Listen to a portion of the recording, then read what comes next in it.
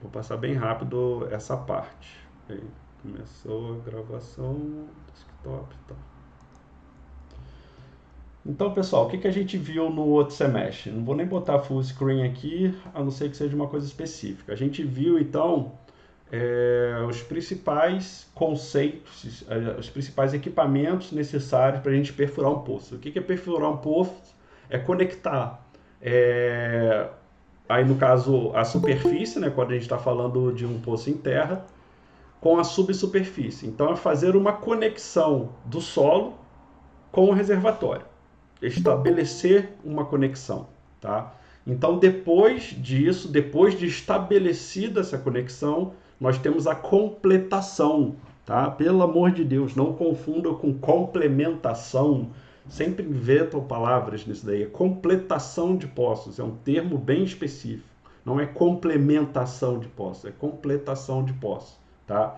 Então, aquela estrutura de perfurar, revestir, cimentar, isso é perfuração. Agora, descer a coluna de produção, instalar o parque, avaliar a qualidade da cimentação, dentre outros equipamentos, isso é completação, tá?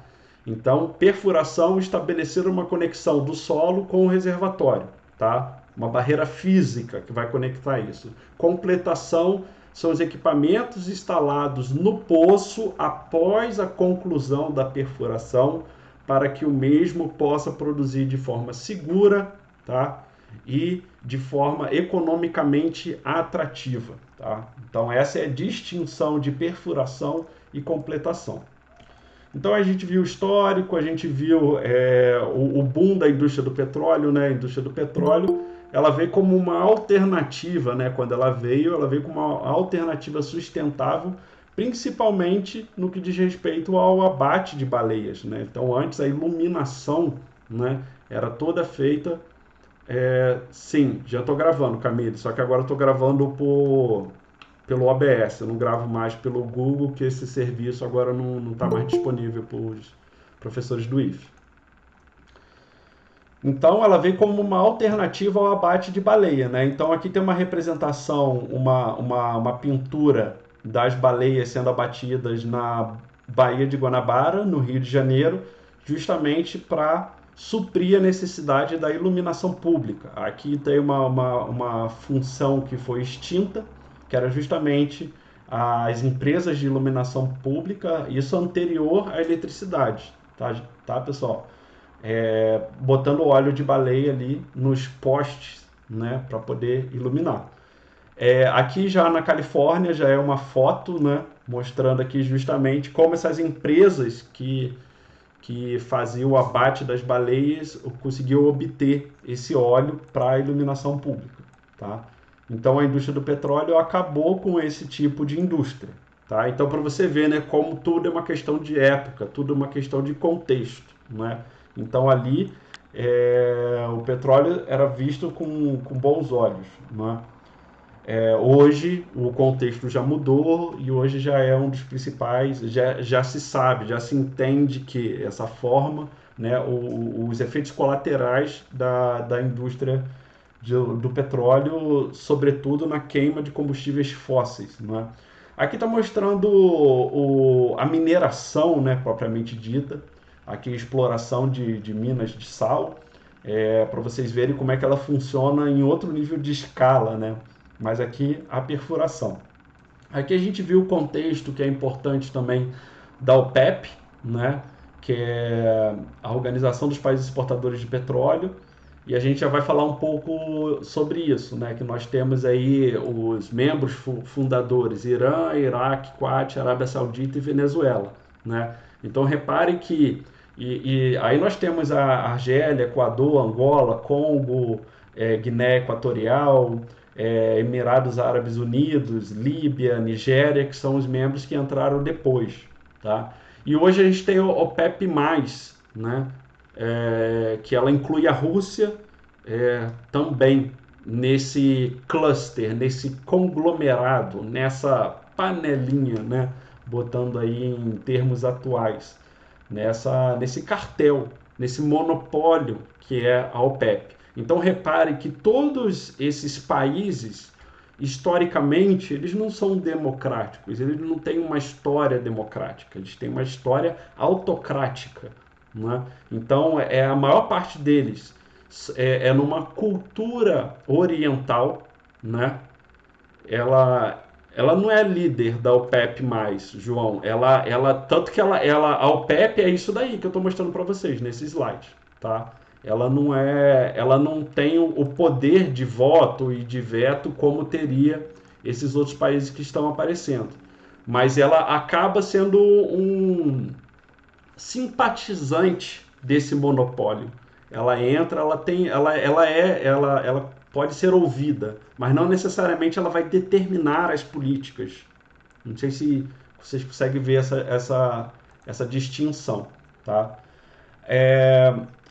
Aí aqui só para vocês verem, né, os países que têm mais influência econômica e recebem mais produtos, né, dos Estados Unidos e da China, né? Então só para vocês verem aí de vermelho, né, mais intenso, são justamente os países onde são mais influenciados economicamente pela China, e de azul escuro aqueles que têm um maior fluxo de capital, maior fluxo de negócios relacionados aos Estados Unidos, né? Então, só para vocês entenderem, né, até a maioria das empresas americanas, elas fabricam na China, né, e distribuem para o mundo. Então, para vocês verem como a lógica do mercado, tá? Daí estou falando o mercado tal e qual ele tá? Independentemente de ideologias políticas. Aqui as alternativas que nós temos, isso daqui a gente já comentou também, algumas explorações de lítio, né? A alternativa que seria, por exemplo, a saída para os carros elétricos. Nós temos aspectos positivos, mas também temos aspectos negativos. Não existe uma alternativa 100% sustentável, né? Os motores, né? Eles não vão ser feitos de madeira. Eles podem ser, na melhor das hipóteses, reciclados. Mas quando eles são reciclados, eles perdem algumas propriedades e você tem que recorrer a uma recomposição através do minério de ferro. Alguma coisa vai ter que ser posta ali, alguma coisa que não é sustentável, alguma coisa que não está em árvore. Tá? É claro que isso a gente consegue reduzir o impacto muito, a gente consegue, mas a gente tem que entender que tem aspectos positivos e negativos. Então, da mesma forma que o petróleo já foi uma alternativa sustentável ao abate das baleias, não é? E hoje ele já não cabe mais num contexto desse mundo altamente globalizado e altamente produtivo e altamente consumista, né? Altamente influenciado pela cultura norte-americana de trabalhar para consumir, né? Isso demanda muitos recursos naturais, né? Então, esse período de transição energética qual nós estamos, ele está levantando muito essa bandeira dos aerogeradores e dos painéis solares, que eu sou altamente a favor disso, não é? Mas isso também não vai simplesmente resolver todos os problemas. A gente só vai entender o que a produção em larguíssima escala da energia solar e eólica, né? Quais vão ser os efeitos negativos, a gente só vai ver quando estiver implementada. Da mesma forma que não se sabia quais seriam os desdobramentos negativos de uma indústria do petróleo altamente implementada. A gente foi perceber isso daí tem 2, 3 décadas. Não é? Então, até essa transição ser feita, né? Ou seja, até o mundo ter uma matriz diversificada, coisa que o Brasil já tem. Não porque ele se planejou nas lógicas do ESG, no Environment, Social and Governance, não porque ele se planejou para ser um país ecologicamente correto. Aconteceu principalmente nos anos 70 e 80 por conta do choque do petróleo. O Brasil com terras cultiváveis, né? A gente fez muito bom uso das nossas riquezas hídricas e no caso do etanol. Ele acabou culturalmente, geograficamente, e a gente tem um clima favorável para que esse tipo de matriz seja bem diversificada. Então, sim, o Brasil ele tem uma matriz energética diversificada que seria interessante o mundo ter, né? Se o mundo já tivesse essa diversificação que o Brasil tem, a gente estaria evitando uma série de problemas aí a nível de mudanças climáticas e outras coisas. Mas não, isso é uma peculiaridade do Brasil, dada a sua alta disponibilidade hídrica, tá? E para a gente ser um país que tem aí verão praticamente o ano todo, a gente pode recorrer, por exemplo, às solares, não é? Então, não vou perder muito tempo aqui. Aí só indo, aqui a gente já comentou também, essa aula está gravada. Então a gente vai ter uma nova dinâmica geopolítica, né?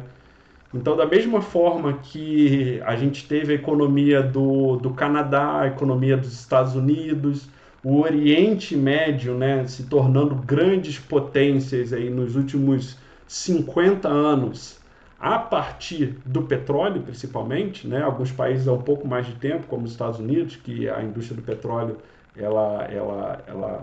os principais conceitos vieram de lá, não é?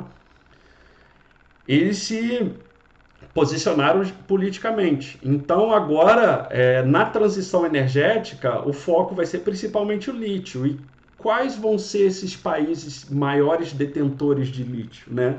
Então, eles vão ter poder de determinar políticas globais, quem sabe no futuro, não é? Então, olha, aqui o Chile, a Argentina, o Congo, a Austrália, a China, então são um dos principais detentores do lítio, né? Então aqui mostrando para vocês o ciclo de vida de um painel solar, tá? Aqui quando ele perde a sua aplicabilidade, né? Então para onde vai esse resíduo, né? Ele vai virar adubo, né? Provavelmente não. Então a questão dos royalties, a gente já falou a importância do impacto dos royalties, aí, principalmente na região dos lagos, no estado do Rio de Janeiro. O Brasil nunca produziu tanto petróleo, logo nunca se ganhou tanto royalty. O preço do barril de petróleo está batendo recordes, não se via esse preço desde 2008. Tá? Então, a receita de Cabo Frio ela está cada vez mais dependente disso. Né? Aqui, por exemplo, em 2006, né, a receita tributária chegou a quase 60% do dinheiro que entra em Cabo Frio para pagar coleta de lixo, saneamento básico, prefeitura, posto de saúde, colégios municipais, vem de petróleo. Né? Ou seja, 6 a cada 10 salários estavam dependentes da produção da indústria do petróleo. Então imagina a partir do momento que não se tiver essa arrecadação de impostos e em um momento isso vai acontecer, porque a transição energética é uma realidade. A pergunta é quando, tá? Em quanto tempo a gente fez uma transição, por exemplo, do óleo de baleia pro petróleo, né? Por algumas poucas décadas. Né?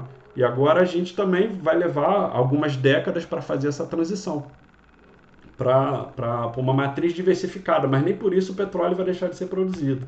Aqui a gente falou do caso da Maria Joaquina e tal, falamos da adaptação da indústria, a própria indústria do petróleo está fazendo essas fazendas eólicas offshore, aproveitando já o know-how. Né? Então, como eu falei para vocês, as empresas de petróleo, né, historicamente empresas de petróleo, já se identificam como empresas de energia e são elas mesmas quem estão liderando, né, alguns mercados aí. Quando eu digo alguns mercados, algumas regiões. Aqui falando do petróleo, a importância do petróleo, né, hoje para a matriz energética do Brasil, daqui são dados de 2020, e isso aumentou ainda mais a produção, a relevância do pré-sal. Aqui a gente viu algumas brocas, né, como ela é. Aqui já vou passar, olha, perfurar, revestir, cimentar.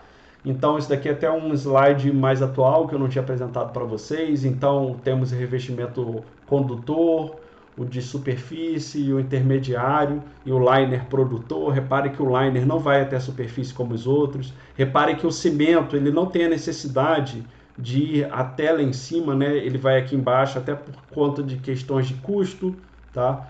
Então, é claro que parâmetros de segurança, se for uma rocha que tende a desmoronar com uma certa facilidade, você pode até por questões de segurança preencher tudo, mas inicialmente não, tá vendo? Esse primeiro cimento, ele preenche aqui tudo, todo o espaço vazio entre a rocha e o revestimento, mas os outros não. Não tem uma fórmula mágica, tá? De qual diâmetro. Então aqui tem uma tabela a ser seguida, né? De possibilidades. Aqui seria um recorte para vocês entenderem aqui os cimentos, né? Onde estão sendo colocados. Mas isso são tudo questões que nós já vimos. Aqui algumas fotos de como é o primeiro revestimento cravado no mar, né?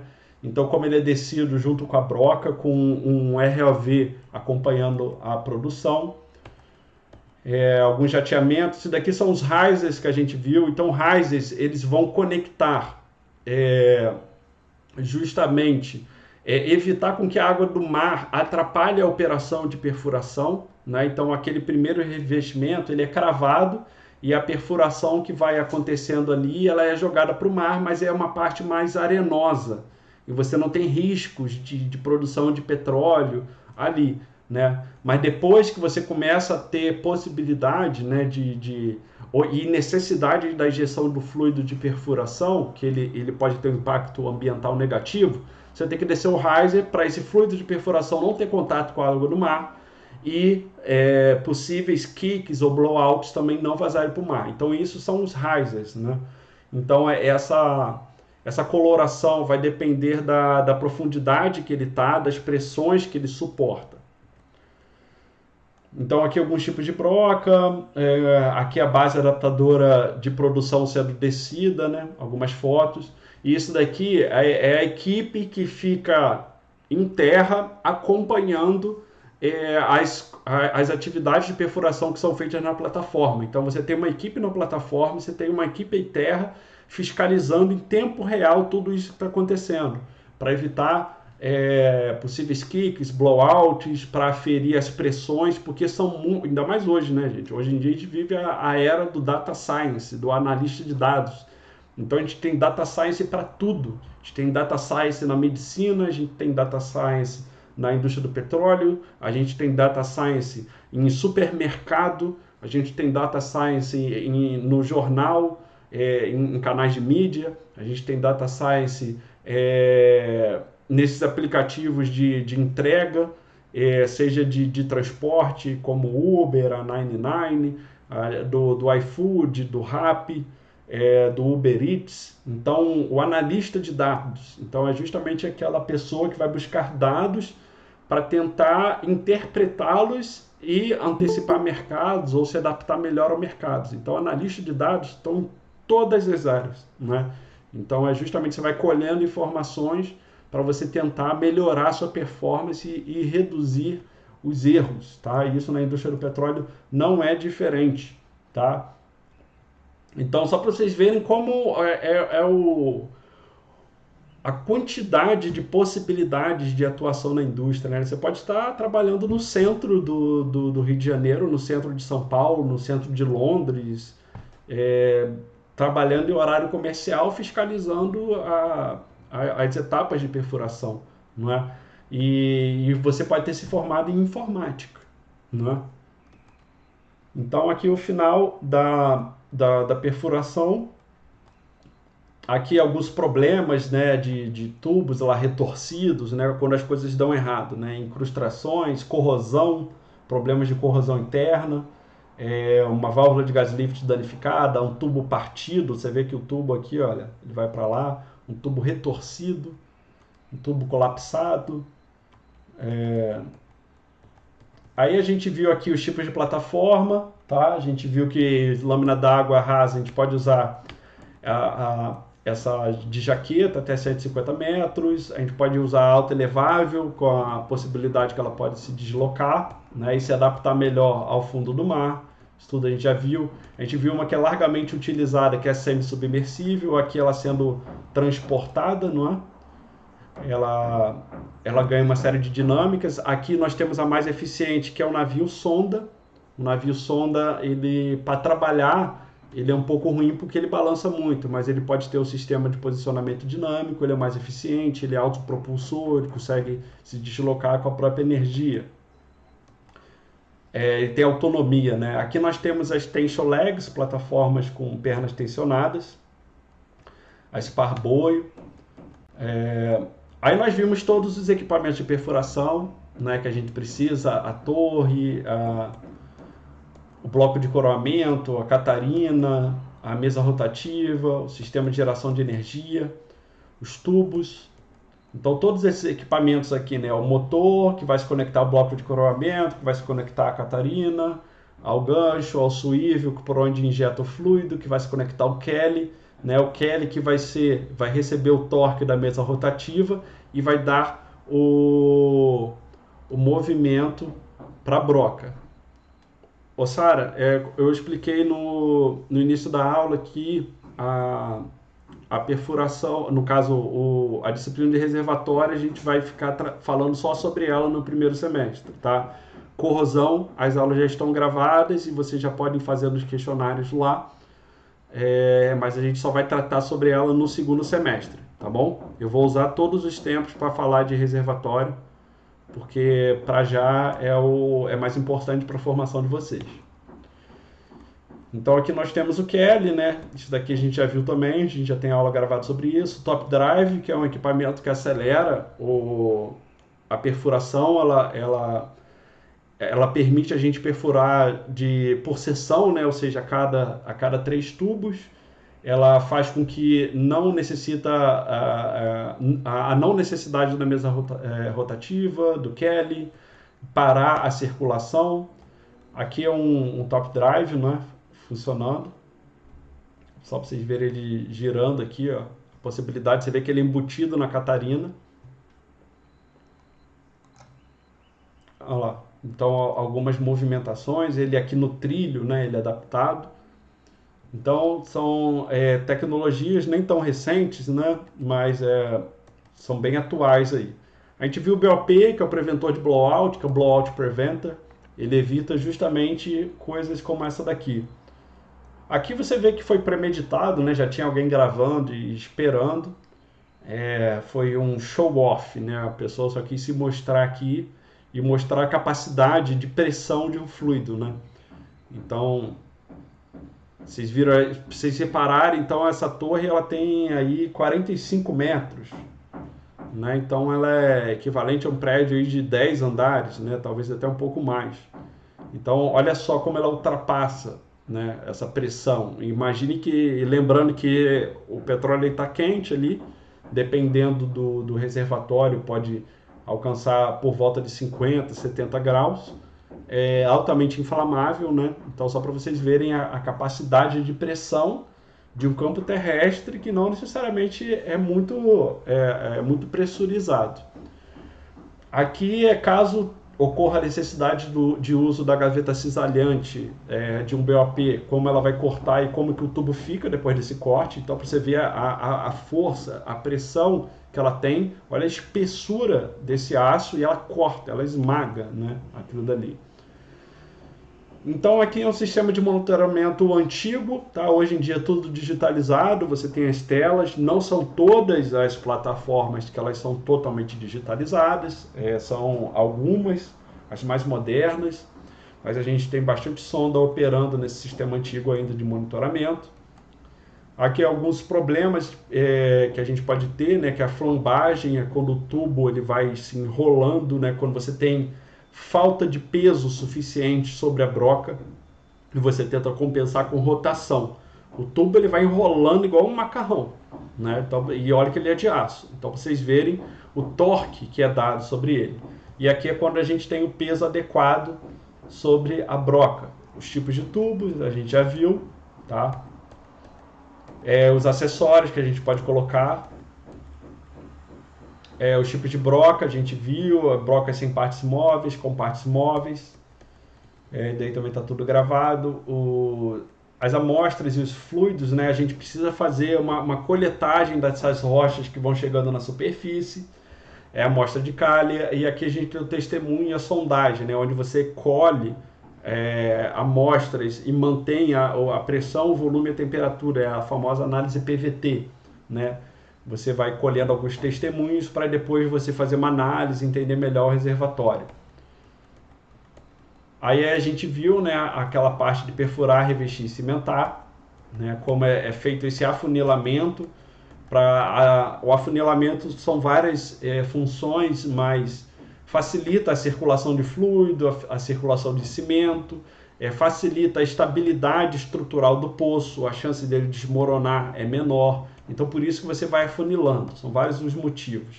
Então, como vocês viram, o primeiro revestimento, normalmente ele é cravado, tá?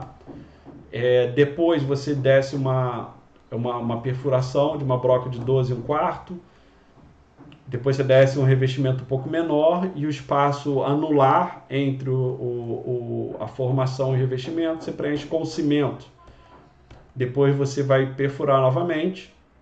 Repare ali que o cimento não necessariamente vai até lá em cima. Ele pode servir só para ancorar, só para dar base, né? Imagina, igual quando a gente tem um tripé de uma luminária, né? Você precisa de uma base mais pesada, mais larga, para poder dar suporte para toda aquela luminária, para aquele ventilador de chão, por exemplo. E é mais ou menos nessa lógica, mal comparando, o que acontece aqui. Então aqui, no caso, o cimento ele ancorou o revestimento, né? Por quê? Porque viu-se que a formação é consolidada, não corre risco de um aquífero invadir ali. Então, são várias questões. Mas, às vezes, por segurança, o mais comum é que o cimento vá até aqui, pelo menos. Tá? Ele não precisa preencher isso tudo aqui, por questões financeiras também. Aqui algumas funções dos revestimentos, né? A gente já viu isso também. Isso daqui é uma fábrica de revestimento, como ela é feita. Esquema geral de um poço, como eu falei, não tem uma receita mágica, não tem uma receita do bolo. Isso daí são as mais comumente utilizadas, tá? Mas cada poço ele é muito individualizado, vai depender também da oferta de revestimentos no mercado, da disponibilidade deles, da urgência. Então aqui são algumas classificações. Esse slide já está um pouco atualizado em relação ao que eu passei para vocês, eu posso até disponibilizar ele novamente. Então aqui de novo mostrando a sequência no mar com a base guia temporária. Repare que o cimento foi até aqui em cima agora dessa vez. Pode ser precaução, depende muito da cultura da empresa também, tá, gente? Então se você pegar uma Equinor, se você pegar uma British Petroleum, se você pegar uma Shell, uma Petrobras, os padrões não vão ser os mesmos, tá? Você tem uma cultura corporativa diferente também. E lembrando que não necessariamente essas empresas elas vão fazer esse serviço de perfuração. Normalmente essas que eu citei, elas não fazem, elas terceirizam, elas contratam outra empresa para fazer, mas seguindo as normativas internas. Aqui a gente viu os procedimentos de conexão do poço, por exemplo. A gente viu aqui daqui é recente, como eu falei para vocês, tem sondas altamente modernas, totalmente digitalizadas, onde é tudo máquina que faz e outras não, outras que bem tradicionais, né? Ainda estão ali, ó, tá vendo? Você vê que esse vídeo é recente, pela qualidade da imagem, e você vê aqui uma conexão de tudo que está acontecendo, ativa, cunho, né? O próximo tubo que vai entrar, ele vai pegar a chave flutuante para quebrar o torque. Isso daí a gente já viu também em aulas anteriores, já está gravado o detalhamento. Só botei aqui, você vê que ó, tudo na corrente, que é dado torque ainda. Mas isso depende da dinâmica do mercado. Daí provavelmente foi nos Estados Unidos ou no Canadá, né, que é muito comum lá, dado a dinâmica do mercado lá é bem diferente da nossa. Então, a hidráulica da perfuração, também aqui já entra mais uma parte geológica e química. Então aqui normalmente os geólogos e os engenheiros químicos e técnicos em químicas atuam mais nesse setor. A equipe de perfuração ela é muito vasta, né? Então, o fluido de perfuração, o composto químico, que ele tem várias funções, né? Isso a gente já viu também. E aqui a hidráulica da perfuração, tal, sistemas, isso tudo a gente já viu, por isso que eu estou passando bem rápido, tá, gente? É só para lembrar vocês disso. O importante é vocês entenderem que tem todo um processo, que ele é complexo, ele é feito por etapas, tá? Ninguém aqui tem que decorar isso tudo, é por isso mesmo que eu estou sempre atualizando os slides e disponibilizando para vocês. É que quando vocês esquecem uma coisa ou outra, mas vocês têm que falar, olha, eu lembro que tinha um sistema de tratamento de fluido, porque o fluido ele é complexo, ele tem várias funções, eu não lembro exatamente. Não precisa lembrar que tem o desareador, desiltador, mud cleaner, a peneira vibratória, para poder tratar esse fluido, né, retirar essas partículas e poder reutilizar o fluido de perfuração. Mas vocês têm que saber que é um processo de manobra complexo.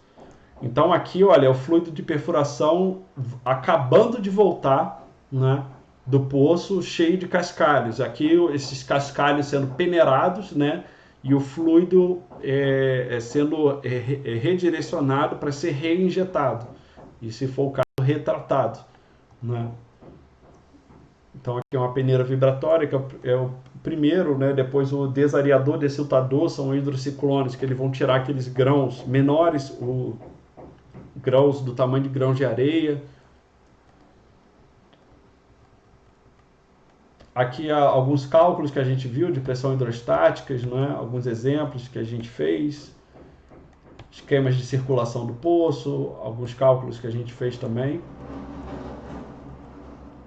Aqui a gente viu também a viscosidade, a gente falou um pouco sobre mecânica do fluido, a gente fez esse cálculo aí também. Das perdas de carga que existe no sistema. Quando a gente vai descendo aqui, nós temos o atrito. Nesse sentido, a gravidade está nos ajudando, mas não vamos ter perdas de cargas aqui, principalmente por restrições, que é a perda de carga da broca, a bottom hole pressure, que é a pressão no fundo do poço. Quando a gente volta, a gravidade não está a nosso favor, a gente vai ter um pouco mais de dificuldade. Aqui o fluido já vai estar carregado de cascalhos. Nós vamos ter perdas de carga, aqui nós vamos ter mais restrições, então nós temos várias perdas de cargas impostas pelo sistema, só para vocês entenderem esses fenômenos físico-químicos que acontecem, né, ao longo do processo. A gente já viu isso em detalhes, só estou passando para revisar. Aqui o processo da cimentação, nós temos especialistas dedicados somente a isso, né? Então a cimentação primária ela nunca vai ser perfeita, sempre vai ter a necessidade de uma recimentação, né? Que é a cimentação secundária. Então para isso a gente tem que avaliar o grau da cimentação, identificar os trechos mal cimentados. Então aqui mostrando a preparação de uma pasta de cimento. Aqui um operador, tampões, centralizadores. Então, aceleradores, retardadores de pega, né? Então, quando você precisa acelerar a cimentação ou retardar ela. A gente viu os canhoneios, quando a gente tem que descer a máquina de canhoneio, né? Então, hoje em dia, dificilmente a gente vai usar um poço aberto, né? Provavelmente vai usar um poço canhoneado, né? Então, a gente vai descer e vai canhonear, efetuar disparos frente à zona produtora. Tá? Então a gente pode fazer isso através do tubo, né, enroscado no tubo, para vários objetivos. Um deles pode ser para poder fazer um squeeze ou uma recimentação, né, para consertar trechos mal cimentados, ou simplesmente para conectar o reservatório com o poço. Aqui é esse perfil CBL-VDL que vai avaliar justamente o nível da cimentação, a qualidade da cimentação. Eu mostrei para vocês aqui alguns perfis, né?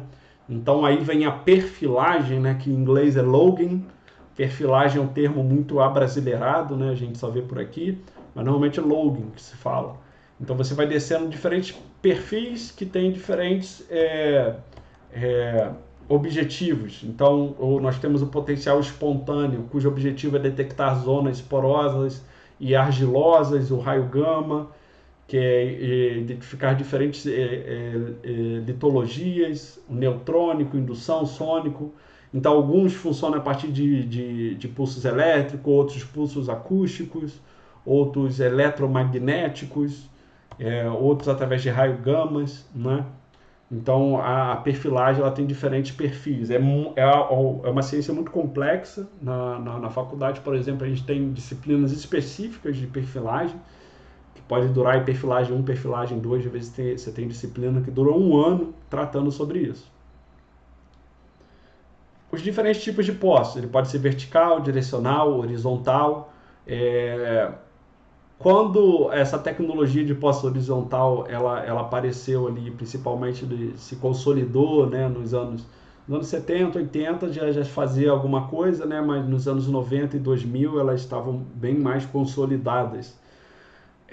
Isso possibilitou um aumento da produtividade muito bom a partir da mesma plataforma, né? Então isso otimizou muito. Aí eu mostrei para vocês uma meia de um poço direcional. E aqui conta a classificação, e é aqui que acaba a perfuração, né? Então ele pode ser um exploratório pioneiro, estratigráfico, então essa numeração vai dizer aí, ele pode ser convertido. E quanto à finalidade de um poço, né, ele pode ser de desenvolvimento, de injeção ou especial, que é para treinamento ou alguma outra coisa. Então aqui, olha, um projeto, né, um projeto de um poço aí da Petrobras, o poço 1 RJS 586, né? Ou seja, é um poço que foi aqui, olha, exploratório pioneiro, né, que visa verificar a existência de hidrocarbonetos. Foi feito no Rio de Janeiro, provavelmente na parte sul da Bacia de Campos, e é o poço número 586. Então isso que significa pela sonda, pelo navio sonda, né, 21. Então ele é o 21º navio sonda já registrado. Agora eu não sei se pela Petrobras ou no Brasil. Mas você vê ele, NS navio sonda. Então, olha, o projeto de revestimentos, então isso tudo já tem que estar lá no galpão ou na plataforma já pronto, disponível. Então você faz todo o planejamento do poço, todo o cimento, o revestimento, as brocas, inclusive a reserva, né? Objetivo principal, objetivo secundário, né? Então aqui as observações das fases. Então isso aqui é um planejamento, é um briefing, né? Você vai briefar com a sua equipe antes de você executar o projeto. Então, lá, revestimento condutor, lá, ele é descido, tá? Junto com a broca, ele vai ser jateado, esse primeiro, jateado ali, ó. Aí o cascalho vai indo pro fundo do mar, depois o poço é limpo com a própria água do mar, tá? Você ainda não usou o fluido agressivo, depois você vai descendo o revestimento, tá? Revestiu e cimenta, tá? Você vê que o primeiro é o retorno do cimento no fundo do mar. Não sei se isso ainda é permitido, provavelmente não, porque essa animação ela tem aí um bom tempo já. Então olha aqui já não podia mais você usar o fluido, provavelmente isso daqui o fluido à base diesel, né? Eles são muito eficientes, mas eles não podem ter contato com o mar. Então você desce o BOP, o Riser, então olha, aqui eu já não tenho mais contato com o mar. Então isso ambientalmente já funciona e você consegue ter uma melhor performance. Descer o preventor de blowout ali, porque normalmente quando você desce o BOP é porque provavelmente você já está mirando a zona produtora. Então você perfurou, circulou, perfilou, desceu, fez uma perfilagem ali, pode ser o densidade de neutrão, gama ray, para identificar essas zonas argilosas, permoporosas, para você entender, para ter noção da onde se tem óleo, porque tem rochas mais propícias, né? Elas têm uma condutividade elétrica, eletromagnética e radioativa própria, né? O folhelho, o calcário, o arenito, um evaporito, ele já tem, é tudo tabelado, a capacidade de condução elétrica deles, e você já consegue ter mais ou menos noção do que está ali embaixo. Então aqui a cimentação acontecendo, mostrando no detalhe como ela iria acontecer, tá? Passando aqui para o espaço anular. E alguns sistemas de unidades e tal. E essa bibliografia recomendada. Então aqui é altamente compacto, né? Do que se trata a perfuração. Então, deixa eu abrir aqui para vocês agora, antes de falar de completação. Fazer uma breve uma breve revisão. Tá, pessoal, então vocês viram lá que é uma coisa bem rudimentar, né? Então eu basicamente estabeleci uma conexão do reservatório com a superfície, né? Então resta saber aonde que é essa superfície. Se é em terra, se é no mar, se é no Oriente Médio, se é no Canadá, se não sei se é no Alasca, se é na Rússia. Daqui a pouquinho a gente vai falar sobre Rússia, esse contexto também. A gente vai começar a falar de reservatório dando uma pincelada sobre o atual contexto do petróleo, não é? Acho importante contextualizá-los também. Mas ficou claro para vocês aí a perfuração, onde é que ela começa, onde é que ela acaba, tá? Anterior a ela, a gente sabe que tem a sísmica, a gravimetria, a magnetometria, a gente tem a parte de licenciamento ambiental, a gente tem a parte do projeto que tem que, aqui no Brasil, ele tem que ser submetido à Agência Nacional do Petróleo, a ANP, ela vai ter que passar pelo IBAMA, pelo CONAMA, por uma série de órgãos federais para receber a aprovação daquele projeto, tá? Para depois começar a perfuração, para depois começar a completação. Até aqui a gente está na mesma página? Vocês entenderam onde que nós estamos? Alguma dúvida, gente?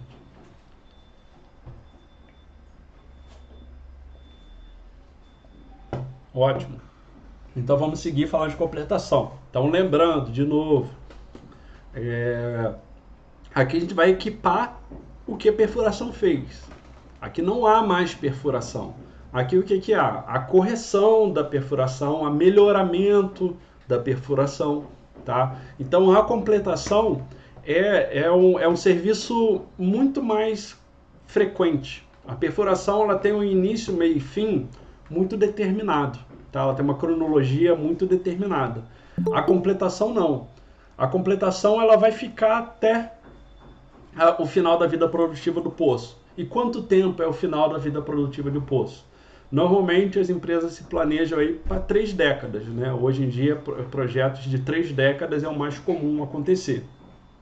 Só que com o avanço de novas tecnologias acaba que a gente consegue postergar a vida desse poço, tá? Então passando bem rápido também por completação, aqui ele delimita ali, né?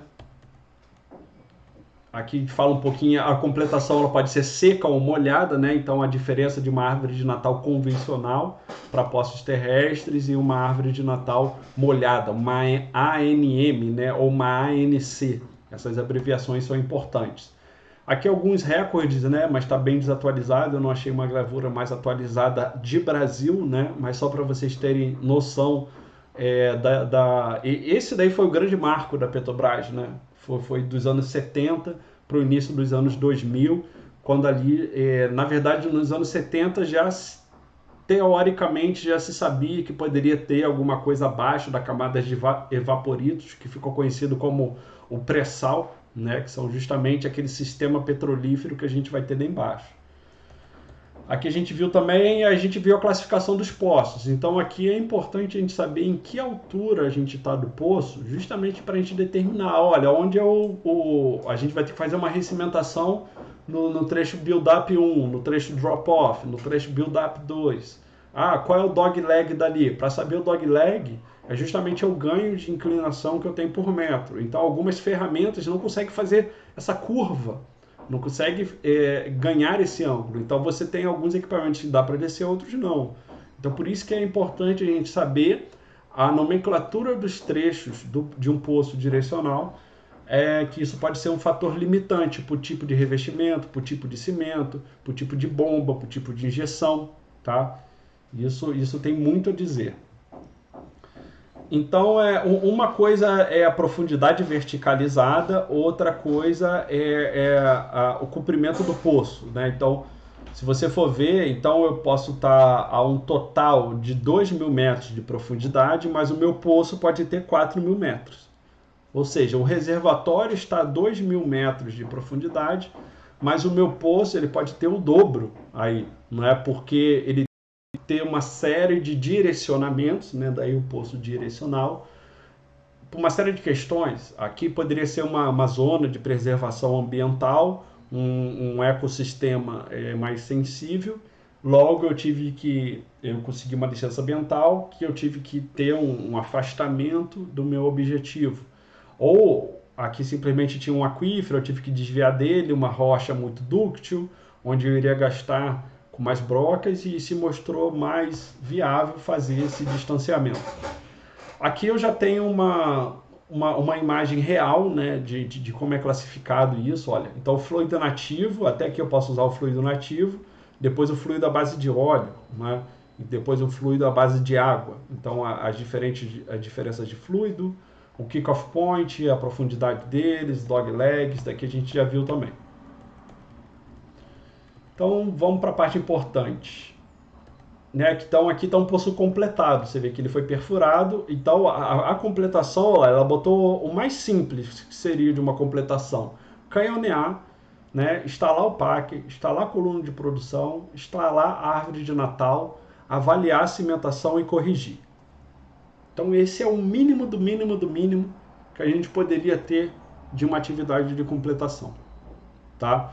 Mas normalmente, como hoje tem a necessidade desse data science, né, dessa ciência dos dados, desse monitoramento 24 horas, a gente desce uma série de equipamentos eletrônicos, então a completação ela está cada vez mais tecnológica. Então ela tem essa necessidade aí de ter um pouco mais do que isso. Aqui é o obturador, o packer, que a gente já tinha falado também anteriormente, cabeça do poço. Então aqui a gente viu olha lá, então aqui essa ilustração ela está bem completa, porque ela mostra aqui todos os revestimentos, condutor, superfície, intermediário, produtor, o packer instalados, um reservatório com capa de gás, o óleo, o canhoneado, aqui o influxo d'água acontecendo, os trechos que foram cimentados, até onde o cimento foi. Aqui nós temos o tube hanger, né, a âncora de cada um desses revestimentos, né? Aqui o adaptador para a árvore de Natal convencional, o manômetro, a válvula de pistoneio, a válvula lateral que a gente viu, a wing, a swab, a master, o choke e a linha de produção. Então aqui essa arte feita pelo Alisson Teles da Petro Animes, ela é muito bacana porque ela resume em uma só imagem e mostra o óleo fluindo, tá? Por um poço já perfurado e completado e produzindo, tá? Então, quando a gente tem todas as licenças e começa a perfurar, esse momento ele pode levar aí 45 dias ou talvez um pouco mais, tá? Em 2, 3 meses você consegue partir do zero para um poço produzindo, em terra, com uma equipe bem treinada, numa área conhecida, tá?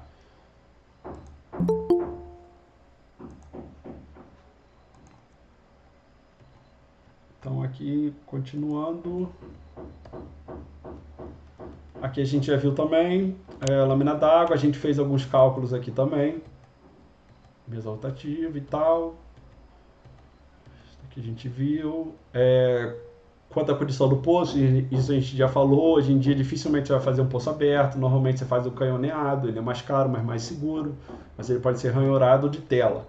Depois a gente viu quanto ao número de zonas explotadas, e é esse mesmo termo, tá? Ele vem de explotação. Explotação é você tirar proveito de um recurso mineral, você produzir um recurso mineral. Daí o termo explotar, tá? Não, que é diferente do termo explorar. Explorar é pesquisar, é buscar, é a parte da sísmica, gravimetria, magnetometria.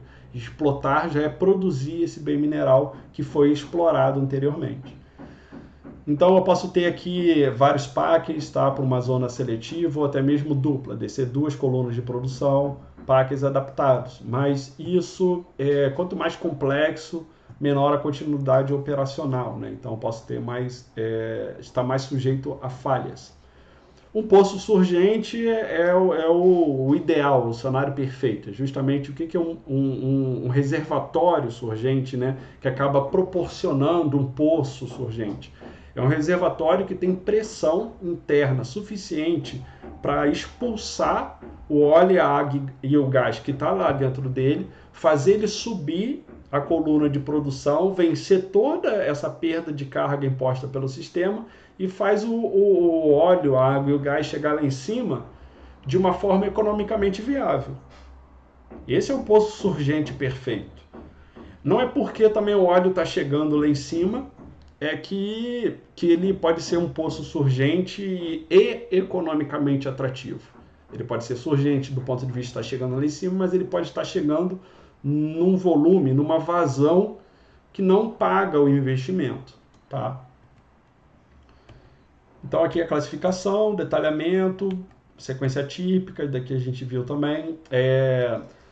Normalmente a perfuração ela acaba com o abandono temporário. O abandono temporário normalmente é devido à falta de incompatibilidade do cronograma da empresa e da sonda que fez a perfuração com da outra empresa e da outra sonda que vai fazer a completação. Não necessariamente é a mesma empresa.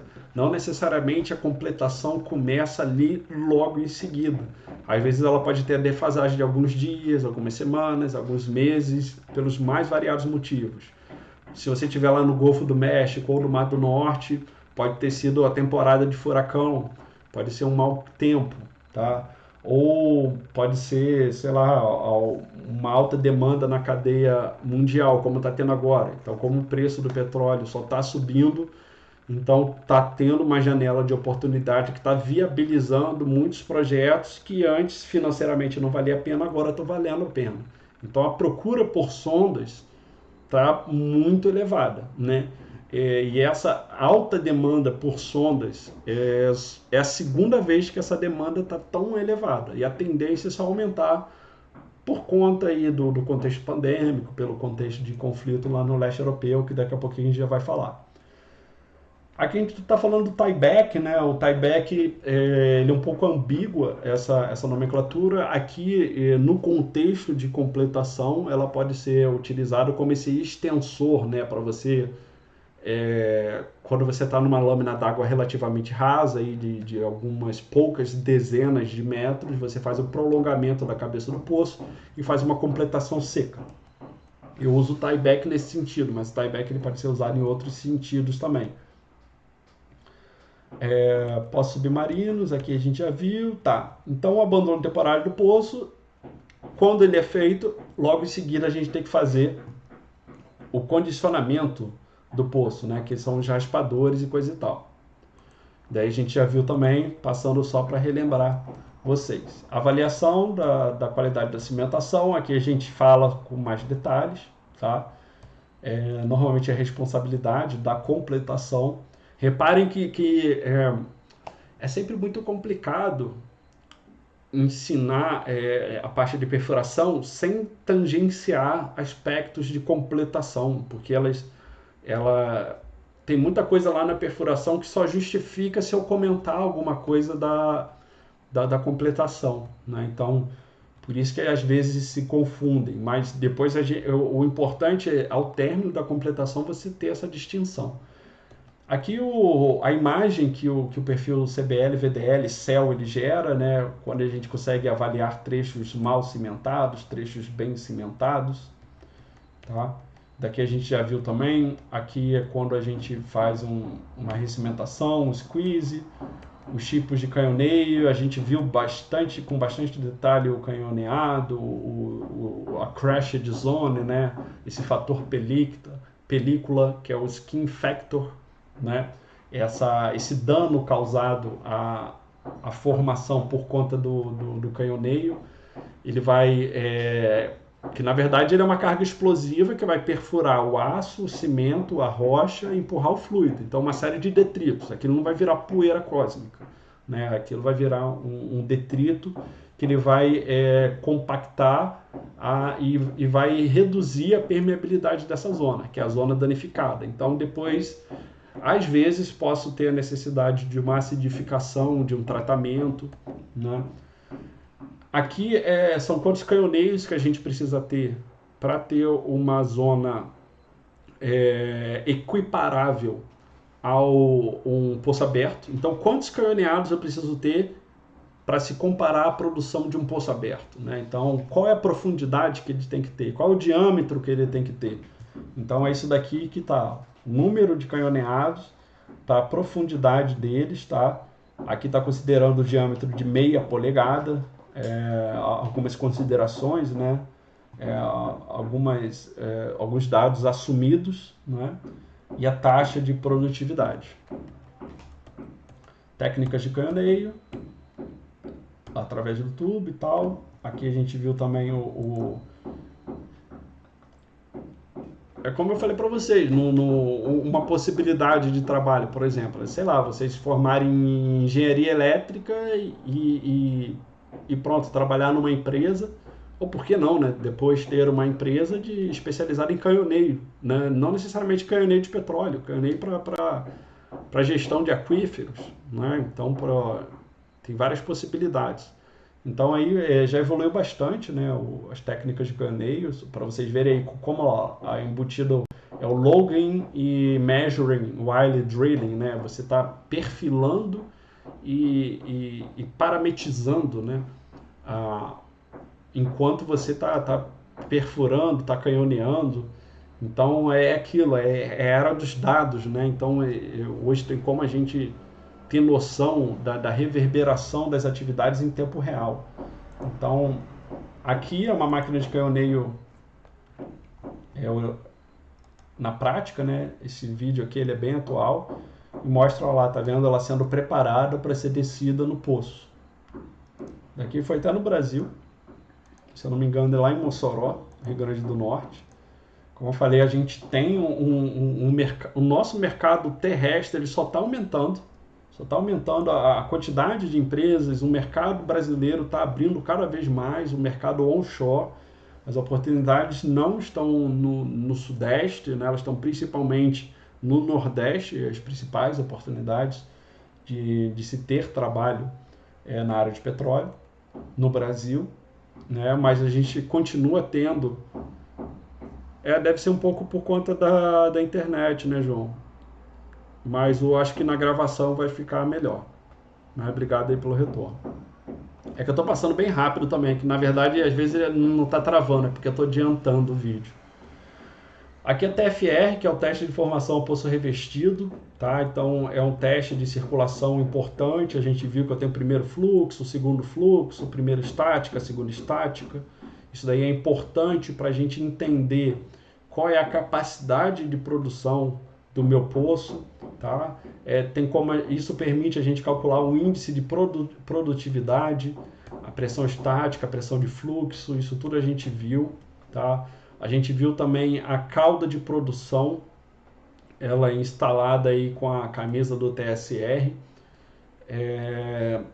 A gente viu que é importante ter esse equipamento, que ele consegue isolar o reservatório e ao mesmo tempo se desconectar da coluna de produção, para que uma vez que eu consigo desconectar, eu consigo ter segurança operacional, eu consigo ter flexibilidade operacional também, que é outra coisa bem importante. Aqui tá vendo? Então vamos supor, eu tive qualquer problema na minha coluna de produção e eu quero isolar o meu reservatório. Então a cauda de produção ela permite isso, tá? Então isso a gente já viu no detalhe lá ano passado. Então aqui, olha, um exemplo também de animação feita pelo Alisson Teles da Petroanimes. Aqui é um poço completação dupla, né? Então repare ali, eu posso estar injetando, esse exemplo aqui é muito bom, uma possibilidade, eu posso estar pelo mesmo poço, injetando água no aquífero, tá? Isolado por um packer inferior, numa coluna simples, e produzindo pela parte de cima do reservatório. Então, tá vendo? O packer, ele vai empacotar, tá? E eu estou injetando por um lado e produzindo por outro. Então essa animação ela é bem esclarecedora.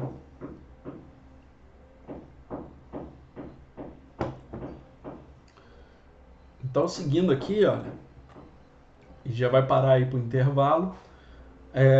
O packer hidráulico são diferentes tipos de packers, eu não entro muito nisso porque é o mundo. Tá? Tem até lá lá no canal do YouTube, né, onde eu disponibilizo as aulas. É bacana que tem muita gente da indústria que aproveita lá para se reciclar, né? E aqui como a proposta é sempre o curso introdutório de perfuração, é claro que eu dou uma certa profundidade, não é tão introdutório assim. Ele é introdutório a nível de engenharia e ele tem uma profundidade assim muito grande para nível técnico. Mas se a gente fosse ver só a parte de Packer, tem muitas outras especificidades que eu não passo aqui para vocês. Foi até um dos comentários lá de um profissional que ele atua diretamente nisso. Ele contribuiu com um comentário lá bem relevante lá no canal do YouTube.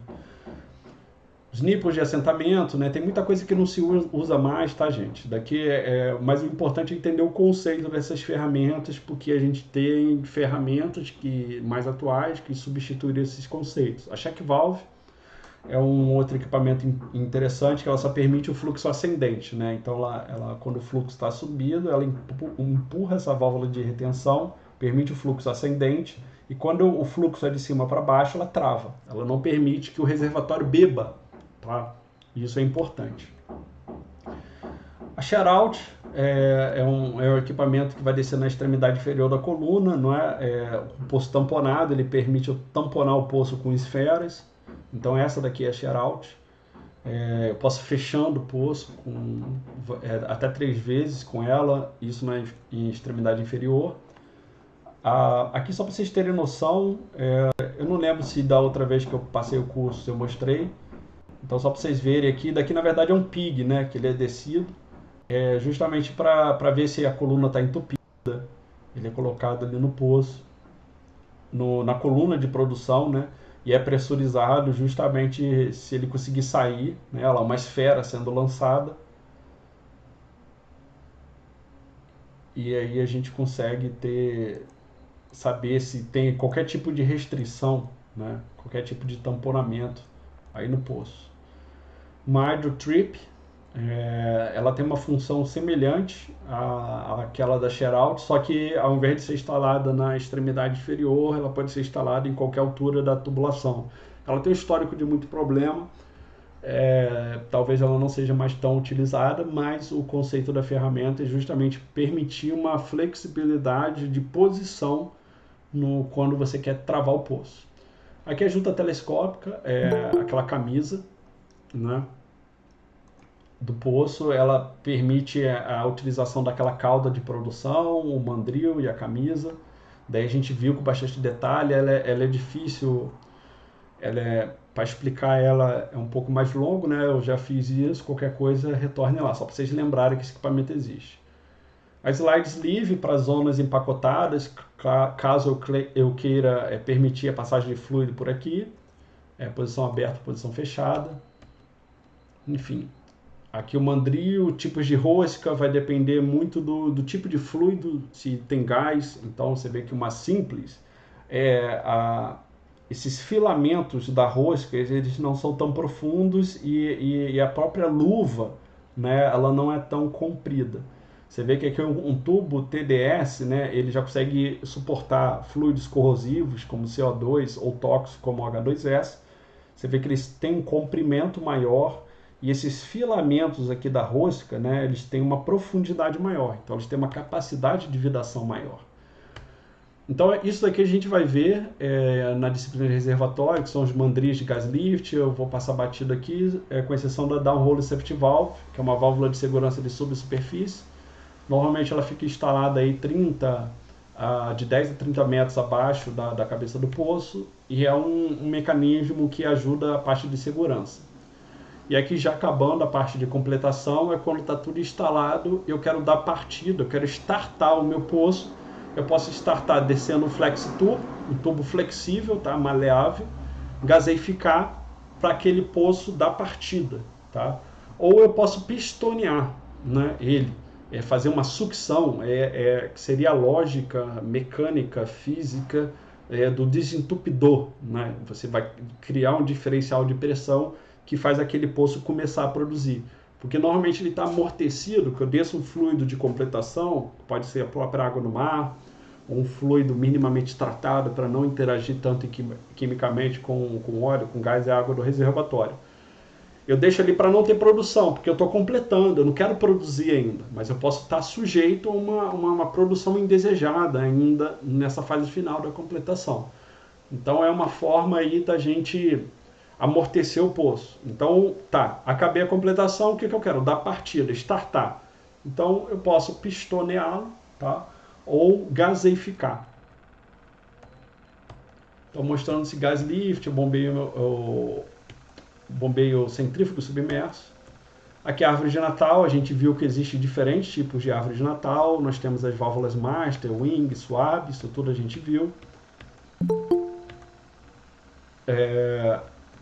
Bombeio mixto aqui a gente vai ver com bastante detalhe na frente, bombeio mecânico.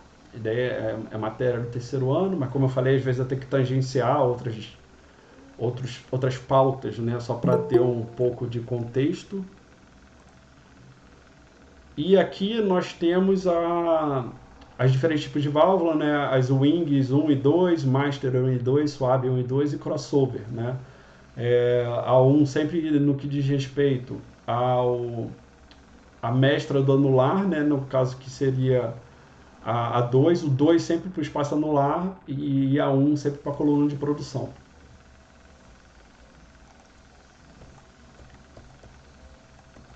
Aqui a gente viu a base adaptador de produção, os flex tubos, a gente viu, os diferentes tipos de árvore de Natal, os diferentes tipos de conexão, que é o layaway, o CVI, que é utilizado também, esse daqui, o CVD, a gente já viu também em detalhes na outra aula. O workover é quando a gente tem que fazer, por exemplo, o abandono definitivo, né, ou algum tipo de retrabalho, quando cai algum equipamento no poço de forma indesejada, né. O sistema de posicionamento dinâmico, né. Tinha até uma palestra do Petroif que a gente estava cogitando colocar de uma operadora de posicionamento dinâmico. Normalmente são até pessoas que fazem curso de prático, né? Cursos relacionados aí mais com a marinha do que outra coisa. E normalmente é esse pessoal, né? O pessoal que faz oceanografia ou se especializa em oceanografia, em operação de posicionamento dinâmico. Você pode até trabalhar em outras áreas que não é do petróleo, né? Mas na parte de portos, o setor portuário, né? O setor da marinha, ele precisa desse operador de posicionamento dinâmico, né? Então, para quem, por exemplo, tem interesse de seguir nessa área portuária ou na área militar da marinha, né? É um tipo de profissional altamente bem remunerado, né? Com muitas oportunidades de emprego voltado para esse setor de posicionamento dinâmico. Aqui, ó, trabalha nesse tipo de ambiente. Daqui, normalmente, para quem trabalha no próprio porto. Aqui, o sistema de compensação de movimentos. Finalizar, botar esse vídeo aqui. Ah lá, então só para vocês verem, isso são amortecedores instalados na plataforma que ela visa manter essa parte aqui, tá vendo que ela não se mexe, o que mexe é a plataforma. Então a perfuração continua. A plataforma ela tem uma série de compensadores de movimento que vão compensando verticalmente e lateralmente, tá? Para que a perfuração não pare. Tá? Então esse sistema ele é importante também justamente para ter continuidade operacional. Deixa eu ver mais aqui, o anulado aqui a gente já viu. E eu acho que por aqui já acaba nossa revisão. Aqui os fluidos a gente já viu também, blowout, flex turbo, nitrogênio. Tem o gravel pack, né? O gravel pack é quando a gente faz o poço aberto e a gente coloca areia, né? Ali ele é interessante, ele é caro, mas tá vendo, só quando a gente, ao invés de canhonear, bota o gravel pack, ele, dependendo da formação, ele consegue ter uma taxa de retorno financeiro e produtivo boa, só que ele é caro, tá? Você tem profissionais especializados para esse tipo, né? Mas é uma forma de contenção de areia, colocando grãos parametizados num poço aberto, que tenham afinidade físico-química com o reservatório e que permitam uma produção controlada e mais otimizada do que seria por via de canhoneio, tá? Então esse daqui é o material de referência e é isso. Vamos fazer uma pausa então. São 10h15, a gente volta, tá? Aí eu vou abrir outra lista de chamada, deixa eu pausar aqui a gravação.